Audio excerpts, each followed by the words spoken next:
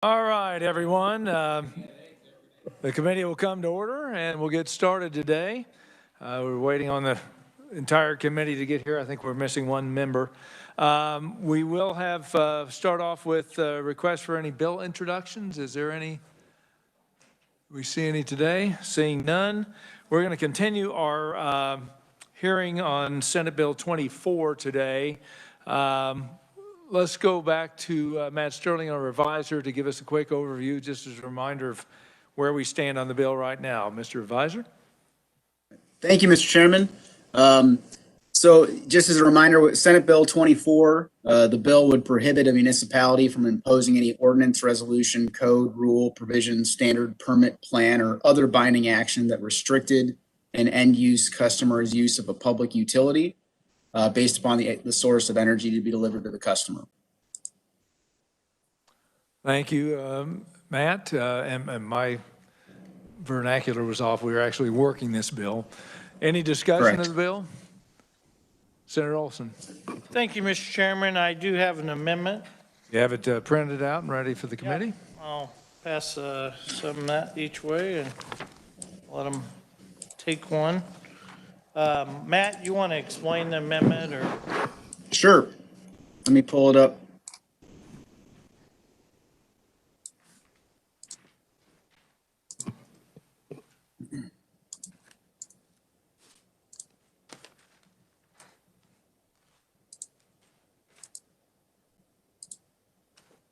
Give us just a minute, Matt, till everybody has a chance to look at it.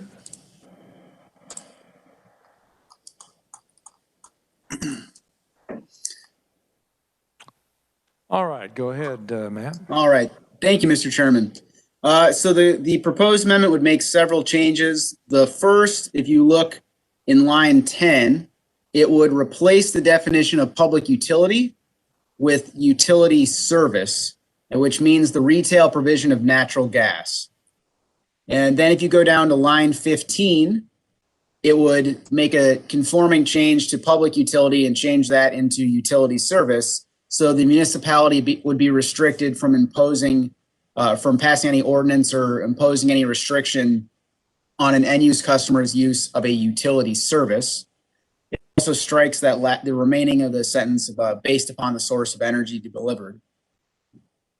The third change it would make, it would add a new subsection C, stating that the section would not restrict the ability of a municipality to limit an end-use customer's use of a utility service if the end-use customer was that municipality. And then the last change would be changing the effective date of the bill from statute book to publication in the Kansas Register. And be happy to try to answer questions the committee might have about that. Committee, any questions for the revisor? Senator Peterson. Thank you, Mr. Chair. Matt, by removing the 66104, that would eliminate any hint that the cooperatives would be underneath the KCC regulation? So thank you. So yeah, the bill would have nothing to do with KCC regulation of any utility. This would just, it would clarify the entities to which a municipality could not impose these ordinances on, and it would be any entity providing utility service, which would be that retail provision of natural gas. Thank you. Senator Francisco. Thank you, Mr. Chair. And this is a question also for Matt. When we are defining essentially utility service, would it be appropriate to say utility as used in this section, utility service means, so that we're not defining utility service anywhere else in our statutes? Thank you, Senator. So if you look up at the top, section 1A, we have that modifier right now for paragraphs 1 and 2. So right now it's as used in this section, municipality, and that modification would apply to this new definition of utility service. Thank you. Any other questions? Well, I think my amendment, kind of cleared up a lot of, with the electric co-ops and so with that, if there's no other questions, I'll move my amendment. Is there a second? Okay, motion by Senator Olson to move his amendment, the Olson amendment, and seconded by Senator Peterson. All those in favor, say aye. Aye. Aye. All those opposed, say nay. That passes unanimously. And we are back on the bill. Any further discussions on Senate Bill 24? I was just going to pass the bill out. Oh, Senator Francisco? Thank you, Mr. Chair. I appreciate the work that Senator Olson did, but I also have an amendment. And I'd ask that it be passed out. Okay, if we could pass that out to the committee?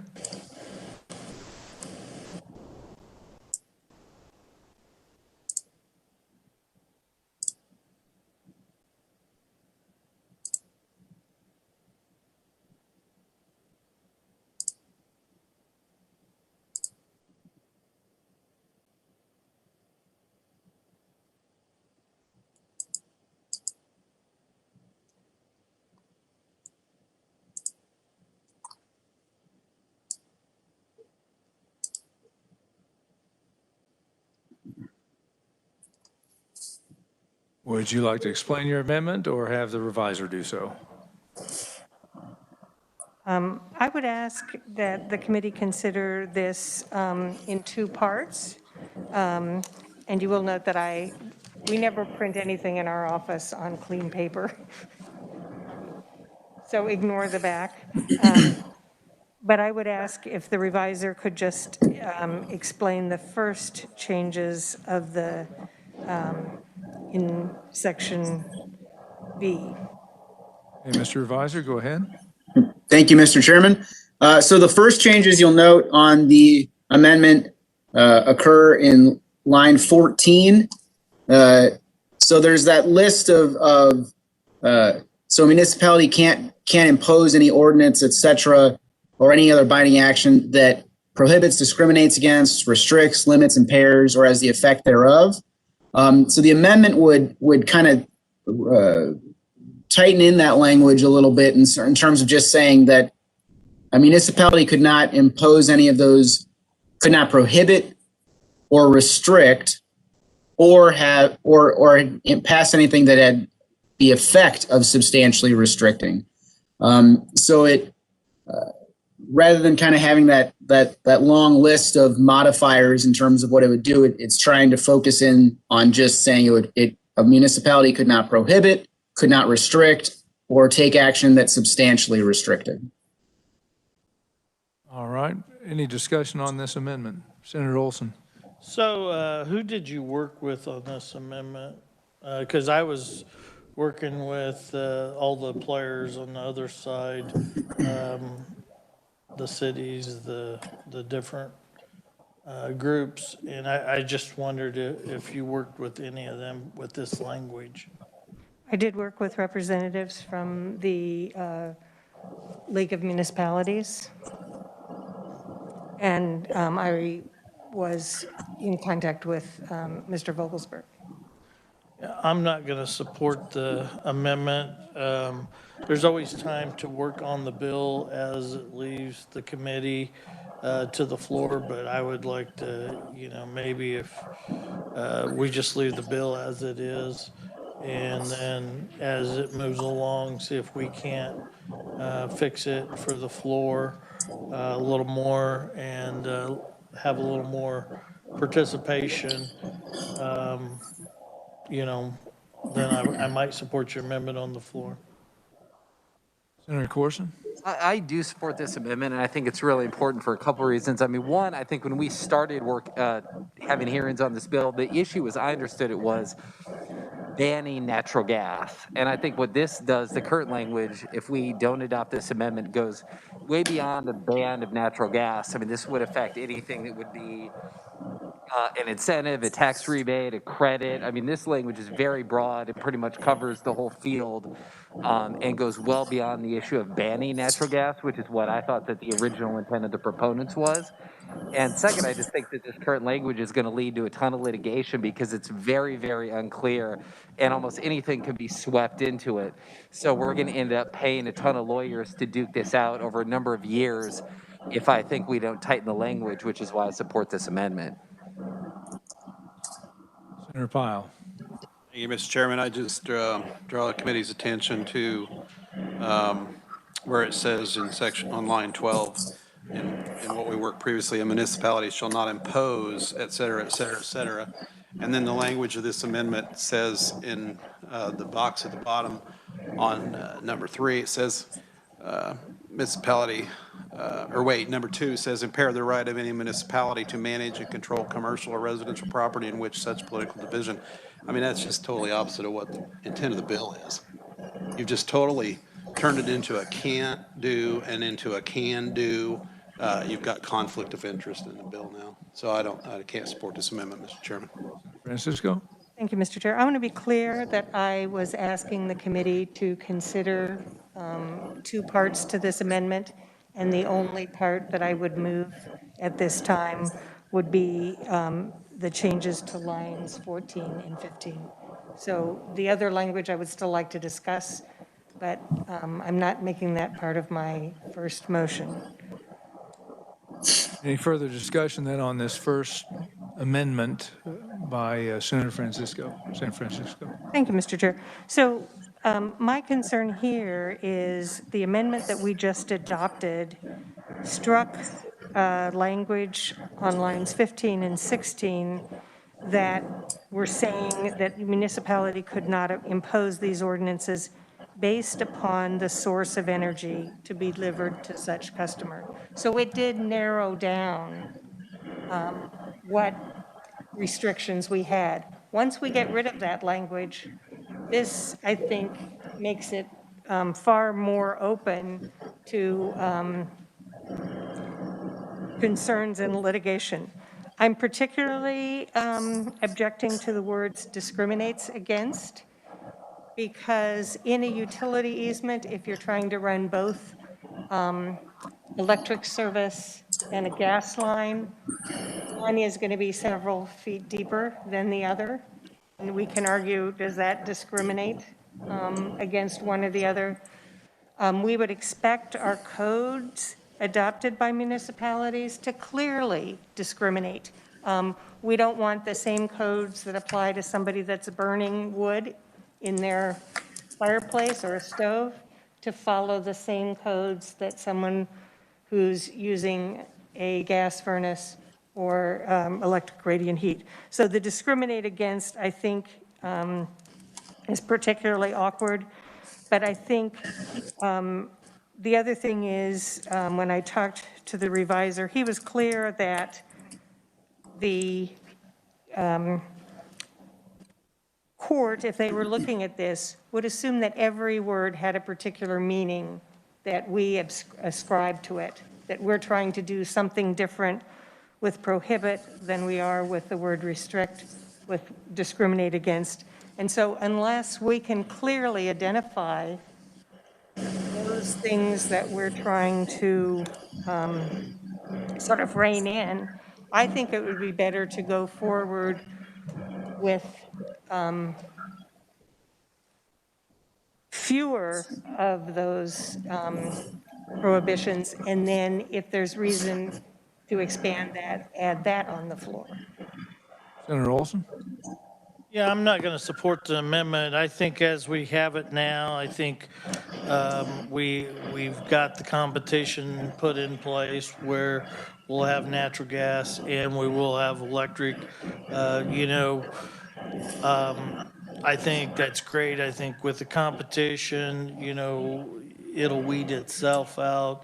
When you start putting in the control of the cities to eliminate gas restrictions, you bury power lines too in some cities, not everywhere, but I know in my city there's power lines that are buried in certain subdivisions.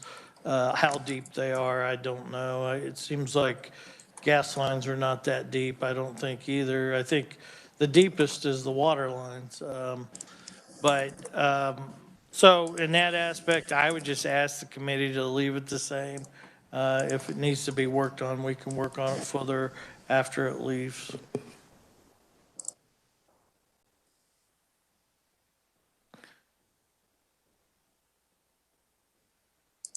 Any further discussion on this amendment? Does not have a second. Okay, we've got a motion by Senator Pyle.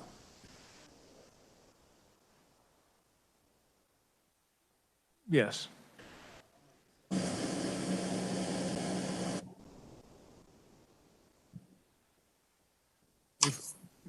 Okay, we have a motion by Senator Pyle to pass out the bill favorably as amended, and a second by Senator Olson. All those in, okay, discussion. Sorry about that. Senator, drawing a blank here for a second. Hawk, sorry about that. Thank you, Mr. Chairman. I really love it when I get a chance to argue with my colleagues. And so I'm not going to support the substitute motion, and I wanted to make a slight retort to the comment about let's just pass it out and hope somebody fixes it along the way. I think it's really a better practice to pass the best bill possible out of committee, and we should try and make it as good as we can and not operate on a hope and a prayer that something better comes along. And I was going to ask the question if there was something specifically about the Francisco amendment that the senator from Johnson didn't like, and I think I heard him say he might even support it eventually. But it looks to me like it's making an attempt, as was previously said, to really tighten it down and ultimately cause consumers and municipalities less grief in the legal process. And I'd certainly like to pass the best bill out. And I have another amendment that I always offer on most of our things that are slightly controversial, and I'll leave you in anticipation of what that is, but I'd sure like a chance to offer it before we vote this out. Thank you, Mr. Chairman. Senator Pyle. Thank you, Mr. Chairman. Just a comment on some of those remarks that better is a matter of perspective. So, you might think it makes it better. I think it makes it worse. And so I think what we've got here is a pretty compact bill. It's pretty legible. It's easy to understand with the Olson amendment on it. When I look at this amendment, and I haven't seen yours, but we have opportunity in committee of the whole to consider that.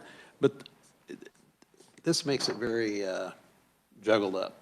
You're bringing into it says on item 3 is the right of the owner to privately make a voluntary agreement. When you do stuff like that, and then they sell the house and you've got a binding agreement, I mean, you're not making things better, you're confusing them. Let's keep the bill the way it is, and let's get this bill out of committee. I'd appreciate, Mr. Chairman, if we could get that done. Thank you. Senator Pyle. Senator Francisco. Thank you. Mr. Chair, I apologize once again for trying to save paper. And I thought I was clear again. The only thing I was asking the committee to look at was the changes that were on lines 14 and 15. So any references that Senator Pyle has made to the 1, 2, and 3 were not part of what I was asking at this time be adopted.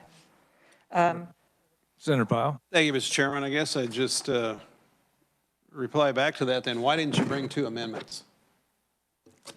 Because I was trying to save paper. This is an energy and efficiency bill. Mr. Chair? I understand. May I, one more comment? One more comment. Thank you. I'd also like to say we heard some specific testimony regarding the franchise agreement. And so I think it would be appropriate to address that before we move out. That is a clear concern that we heard from the League of Municipalities, and rather than simply pass this out now, if the committee wants to vote down this first wording, I'd like to at least be able to explain and offer that change to franchise agreements. Senator Olson. I just want to say, and I agree with Senator Pyle, number one, some people say better, but I have a different version of better than others. And to me, the way our amendment reads, it reads easy. I mean, you can understand it. But one of the things I'm trying to do is I'm trying to give the consumer an opportunity to be able to use natural gas. And I don't want to leave that choice in the city's hands. You know, you didn't bring two amendments. I mean, I know we can chop it up, but I don't know if that was your amendment, if it was just to take one or not. But I think our amendment reads nice and clean. I think we've got a motion on the floor. It's what I think is the best for my constituents. And I think every member's got to make that decision, but I think it reads easy, it reads clean. Some people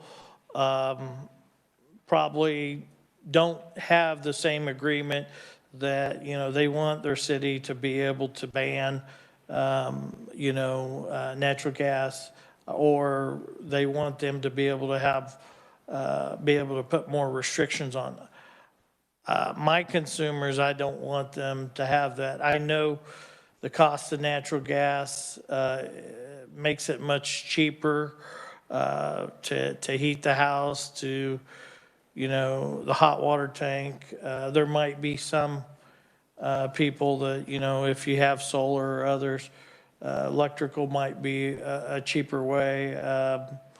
I don't know, but I think it's good to have flexibility. I think there's probably cases where they're both the cheapest.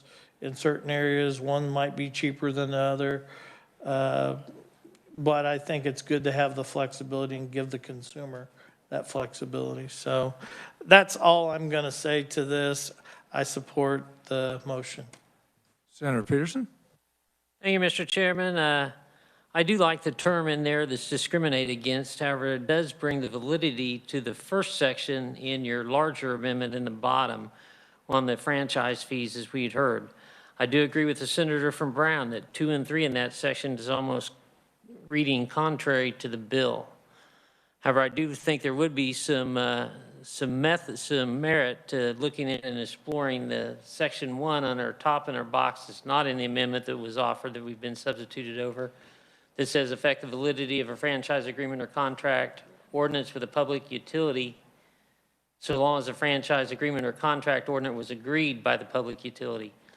There might be some merit in discussing that, but I do like the term discriminates against.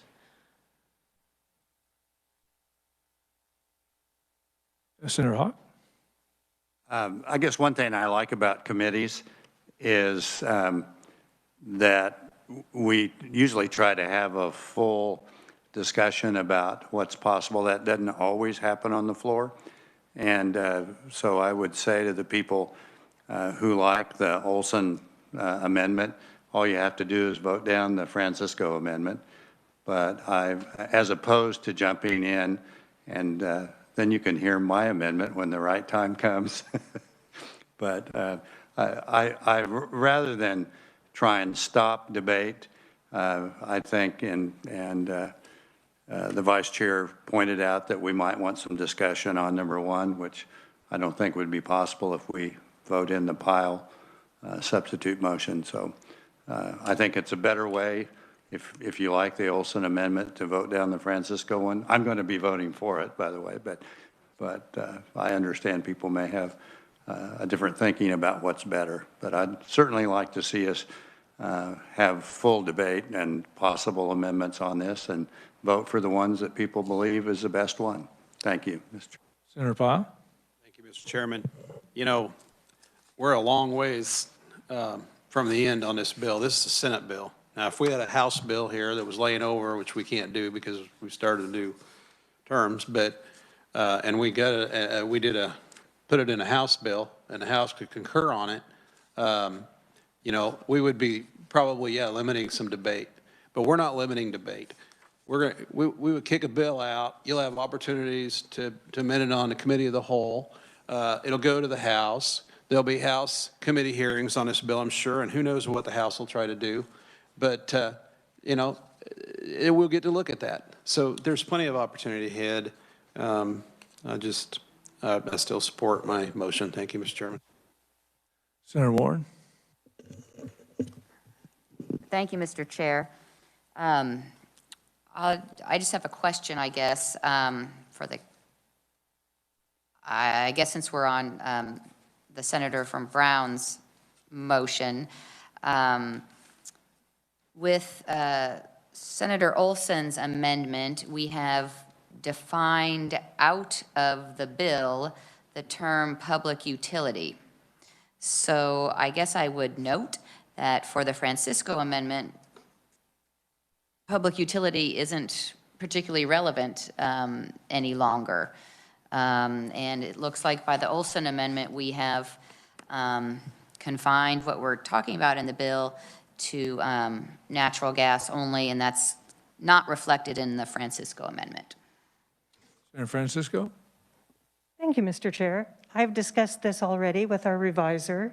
It is not possible for me to assume how the committee would or would not act on Senator Olson's amendment. So I would be asking permission from the committee to update my amendment so it's consistent with other amendments that have been passed, and that's a very normal process in committee work. So I had made that assumption, and it's easy to address that issue. I would still say that the wording that I have in these two lines makes the bill even shorter and cleaner. Senator Powell. Thank you, Mr. Chairman. I'm trying to remember. I'm getting old. But I remember asking in one of the committees yesterday, I guess it was in transportation. We have the transportation chair here, so if we were going to be able to amend amendments. And I believe his comments were something like the line, well, that would be a good tactic if we allow that to stall and delay and possibly even, you know, have to carry over another day and another day and another day.